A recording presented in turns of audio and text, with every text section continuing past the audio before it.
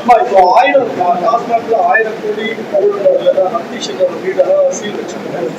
ஆனா தமிழக முதல்வர் போயிட்டு பேசுறோம், தலைவரை பார்த்து அந்த வீடை சீல் எடுக்கிறதுக்கு அமலாக்கத்துறை சரின்னு சொல்லியிருக்காங்க.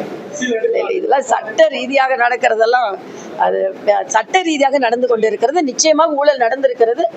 அது நிச்சயமாக வெளிப்படும். அதற்கான காரண காரியங்களை நாம் பார்ப்போம்.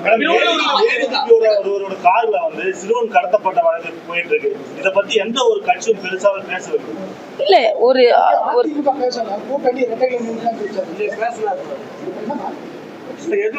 இல்ல இல்ல இல்ல இல்ல இல்ல இல்ல இல்ல இதாவது காவல்துறை அதிகாரிகளே கைது செய்யப்படுவதும் காவல்துறை அதிகாரிகளை பற்றி நீதிமன்றங்களில் விவாதம் வருவதும் மிகவும் கவலை அளிக்கக்கூடிய ஒன்று.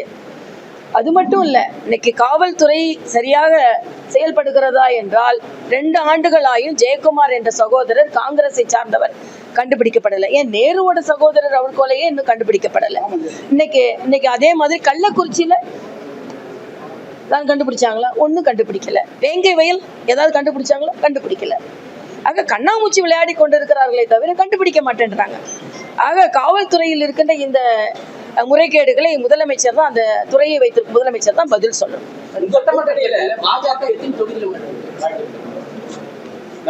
தொகுதி வரையறை வரும், தொகுதி முடிவு வாங்கும்போது சொல்றேன். தேர்தல் வரும்போது சொல்றேன்.